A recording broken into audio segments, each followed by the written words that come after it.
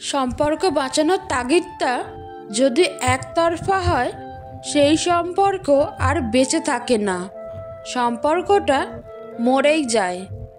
ভরসা তাকেই করো যে তোমার 3টি জিনিস বুঝবে। 1. হাসির মাঝে লুকিয়ে থাকা কষ্ট। 2. রাগের পেছনে থাকা ভালোবাসা। 3. চুপ থাকার পেছনে কারণ। স্ত্রী যদি আপনার সাথে যৌন সম্পর্কে নেতিবাচক মনোভাব ব্যক্ত করেন, তাহলে আপনি এটি পরকীয়ার নিশ্চিত লক্ষণ হিসেবে ধরতে পারেন। যিনি অন্যের সাথে সময় কাটিয়ে আপনার প্রতি উদাসীন, তার মুখের অভিব্যক্তি আপনাকে সব কথা বলে দেবে। আপনার সাথে সম্পর্ক স্থাপনে আপনার সঙ্গী আগ্রহী নন, অর্থাৎ তার চাহিদাটি পূরণ হচ্ছে অন্য কারো মাধ্যমে। এছাড়াও অভ্যাসবশত যৌন সম্পর্ক করেছেন কিনা স্রেফ আপনাকে খুশি করতে, সেটিও লক্ষ্য করুন। যৌন সম্পর্কে উদাসীনতা স্পষ্ট ইঙ্গিত করে পরকীয়ার দিকে। ভালোভাবে খেয়াল করে দেখুন আপনার স্ত্রী আপনার প্রতিদিনকার রুটিন সম্পর্কে হঠাৎ অতিরিক্ত নজর দিচ্ছেন কিনা, অর্থাৎ আপনি কটায় বাড়ি ফিরবেন বা কোন কোন জায়গায় কখন যাবেন, এই ধরনের প্রশ্ন করছেন কিনা। তাহলে নিশ্চিত থাকতে পারেন যে আপনার চোখ এড়িয়ে নিরাপদে সম্পর্ক চালিয়ে যেতেই তার এত জিজ্ঞাসা। সচেতন হন এই সকল বিষয়ে। আপনার সঙ্গী যদি হঠাৎ নিজের সৌন্দর্য সম্পর্কে অতিরিক্ত সচেতন হয়ে ওঠেন, তাহলে পরকীয়ায় জড়িত নিশ্চিত।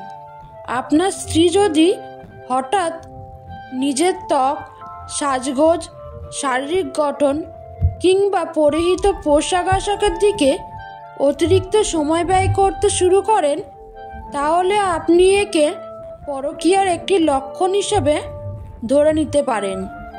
এখানে একটি বিষয় পরিষ্কার হওয়া দরকার যে স্ত্রী আপনার জন্যই নিজেকে সুন্দরভাবে উপস্থাপন করছেন কি না, কারণ অনেক স্ত্রী আছেন যারা দাম্পত্য জীবনে পুনরায় রোমান্স ফিরিয়ে আনতে এই পন্থা বেছে নেন। কিন্তু আপনি এই দ্বিধাবোধের অবসান করতে পারেন নিজেকে 2-3টে প্রশ্ন করে, আর তা হলো আপনার স্ত্রী কি আপনার পছন্দ অনুযায়ী নিজেকে উপস্থাপন করছেন? তিনি কি শুধুমাত্র আপনাকেই দেখানোর জন্য বিশেষ পোশাক ও সাজগোজ করেন? আমাকে কেমন দেখাচ্ছে, এই ধরনের প্রশ্ন আপনাকে করা হচ্ছে কি না সেটাও লক্ষ্য করুন। এই প্রশ্নগুলোর উত্তর যদি না হয়, তাহলে আপনি ধরে নিতে পারেন আপনার সঙ্গী পরকীয়া সম্পর্কে জড়িত আছেন 100%। আপনার সঙ্গীর আরও একটি বিশেষ বিষয় আছে যা বিশেষভাবে লক্ষণীয়। তা হলো আপনার সঙ্গীর কথায় রাগের সুর।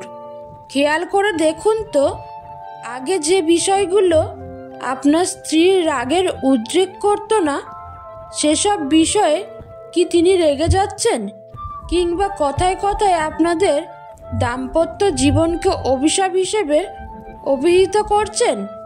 তার এসব কথার কোনো যুক্তি আছে কি না, এইসব ব্যাপারগুলো লক্ষ্য করুন। বিনা কারণে অযৌক্তিক রাগ করা কিংবা সবসময় খিটখিট করা পরকীয়ার অন্যতম লক্ষণ। আপনার সঙ্গীটির মুখে যদি নতুন কোনো একটি নাম ঘন ঘন শুনতে পান, তবে একেও পরকীয়ার লক্ষণ হিসেবে নিতে পারেন। সঙ্গীর যে বন্ধুটির কথা আগে কখনো শোনেননি, এমন কারো কথা ঘন ঘন শুনলে তাকে জিজ্ঞেস করুন এবং তার মুখের ভাব লক্ষ্য করুন। যদি তিনি প্রশ্নের উত্তর এড়িয়ে যান কিংবা তার মুখের অভিব্যক্তি বদলে যায়, তবে বিষয়টি অবশ্যই চিন্তার।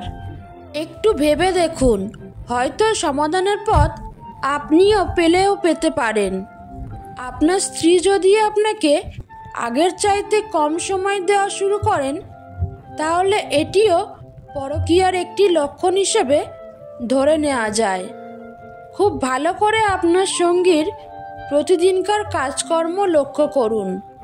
যদি বুঝতে পারেন যে আগের চাইতেও কম সময় পাচ্ছেন, তাহলে বোঝার চেষ্টা করুন সেই বাড়তি সময়টাও তিনি কিভাবে ব্যয় করছেন। আপনি তাকে সময় দেওয়ার কথা বলে দেখুন, তাকে নিয়ে ঘুরতে যাওয়ার আমন্ত্রণ জানান, একসাথে বসে টিভি দেখার কথা বলুন, আত্মীয় স্বজনদের ও পারিবারিক বন্ধুদের সময় দেওয়ার কথা বলুন। তিনি যদি আপনাকে অজুহাত দেখিয়ে না বলেন, তাহলে জানার চেষ্টা করুন অজুহাতটি সত্যি না মিথ্যা। কোনো সঙ্গীর কারণ ব্যতীত সঙ্গী যদি পরিবার ও বন্ধুবান্ধবদের কাছ থেকে নিজেকে গুটিয়ে নিতে শুরু করে, তাহলে ধরে নিতে পারেন তিনি পরকীয়া লিপ্ত। আপনার উচিত প্রথম থেকে এটিকে নিয়ন্ত্রণে রাখা। আপনার স্ত্রী ফোনের পিছনে কতটা সময় ব্যয় করছেন সেদিকেও নজর রাখুন। একসাথে বসে থেকে বা ঘুরতে গেলে যদি তিনি ফোন নিয়েই ব্যস্ত থাকেন, মেসেজ বা ইন্টারনেট ব্রাউজিং করেন, তাহলে তা নিশ্চিতভাবে অন্য একটি সম্পর্কেরই ইঙ্গিত। এছাড়া দিনের বেশিরভাগ সময়ই তাকে যদি ফোনালাপে ব্যস্ত পাওয়া যায়, তাহলেও বিষয়টি লক্ষণীয়। তবে এমন প্রশ্ন আসতে পারে যে কাজের প্রয়োজনে মানুষ ফোন বেশি ব্যবহার করতেই পারে, তাতে সমস্যা কী? কিন্তু একটি বিষয় মনে রাখবেন, কাজের প্রয়োজনে ফোনালাপ এবং কারোর সাথে প্রেমময় ফোনালাপের মধ্যে পার্থক্য রয়েছে, এবং এই পার্থক্য বোঝার মতো ক্ষমতাও বিবাহিত প্রত্যেক মানুষের হওয়া উচিত। শুধুমাত্র ফোন নয়, ফেসবুক কিংবা অন্যান্য যোগাযোগের মাধ্যমের প্রতি আসক্তির মাত্রার ওপরও নজর দেবেন। তেমন কিছু চোখে পড়লে সমাধান করে নিতে দেরি করবেন না। সত্যিটা হচ্ছে, পরকীয়ার সম্পর্ক একটি বিষাক্ত সম্পর্ক। একটি সুন্দর হাসি খুশি সুখের সংসার নিমিষেই গুড়িয়ে দেবার ক্ষমতা রাখে এই পরকীয়ার সম্পর্ক। কেউ নিজের ইচ্ছায় এই বিষাক্ত সম্পর্কের পথে পা বাড়ান, আবার কেউ মনের অজান্তেই জড়িয়ে পড়েন। মনের মতো স্বামী না পেলে অনেক সচেতনভাবেই পরকীয়া করেন। তাই পরকীয়া সম্পর্ক থেকে নিজেকে দূরে রাখার চেষ্টা করবেন। ভিডিওটা যদি একটু হেল্পফুল মনে হয়, তবে অবশ্যই একটা লাইক করে চ্যানেলটিকে সাবস্ক্রাইব করে পাশের বেল আইকনটা প্রেস করে দেবেন। ধন্যবাদ।